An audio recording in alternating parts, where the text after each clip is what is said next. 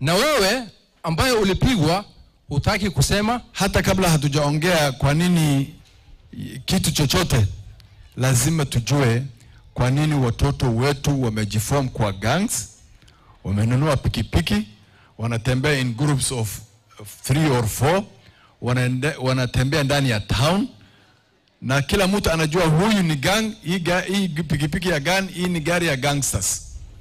Na ni watoto wetu, watoto wadogo ambao ni wanafunzi wetu, watoto wetu ndio wanatembea na madagas kwa villages.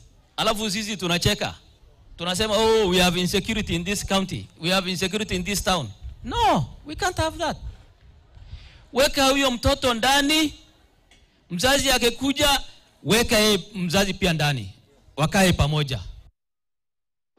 Na mtazamaji, kwa taarifa hiyo ndipo nakamilisha taarifa zetu za Mbiu Wikendi. Na hapo baadaye tutaelekea katika majengo ya bunge ambapo mahojiano mawaziri wa teule ambaye sasa itakuwa ni Stella Lagat atakuwa anahojiwa na kamati inaongozwa na Spika Moses Wetangula. Jina langu ni Sam Amani.